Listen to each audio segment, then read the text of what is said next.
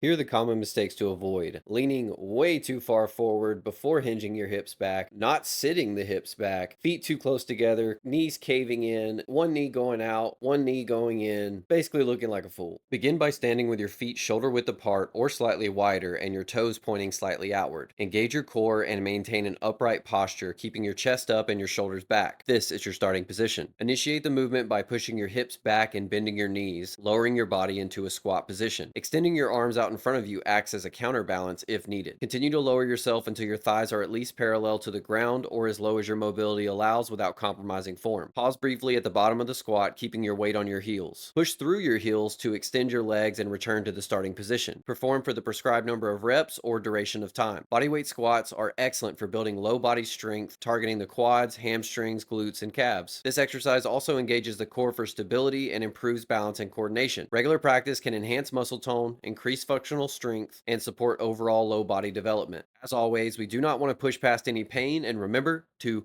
breathe.